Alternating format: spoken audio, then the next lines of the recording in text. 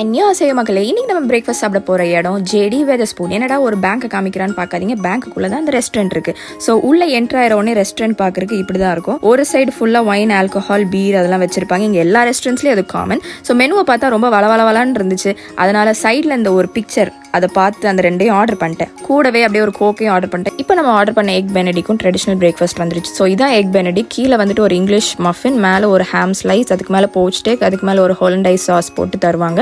இங்கே புதுசாக கீரை வச்சு கொடுத்தாங்க. ஸோ ஒரு பைட் எப்படின்னா மேலே இருக்கிற போச் ஸ்டேக் கொஞ்சம், அப்புறம் ஹாம் கொஞ்சம், கீழே இருக்கிற அந்த மஃபின் கொஞ்சம் எடுத்துடணும், ஒரு பைட் ரெடி. நெக்ஸ்ட் நம்ம ஆர்டர் பண்ண ட்ரெடிஷ்னல் இங்கிலீஷ் பிரேக்ஃபாஸ்ட் பிளேட் பார்க்குறதுக்கு இப்படி தான் இருக்கும். 2 பிரெட் ஸ்லைஸ், அப்புறம் ஹேஷ் ப்ரவுன்ஸ், பேக்கன், அப்புறம் சாசேஜ், ஒரு எக், பேக் பீன்ஸ் எல்லாமே வச்சு கொடுப்பாங்க. இதை சாப்பிட்டு முடிக்கும் போது வயிறு அவ்வளோ ஃபில்லிங்காக இருக்கும், ஃபுல் பேக்ட் ஆயிரும். கூட பெப்பர் அண்ட் சால்ட் பேக்ஸ் கொடுத்தாங்க. ஸோ கடைசியில் நல்லா வலிச்சு சாப்பிட்டுட்டு வந்தாச்சு. என் கூட இந்த கடைக்கு வந்ததுக்கு நன்றி.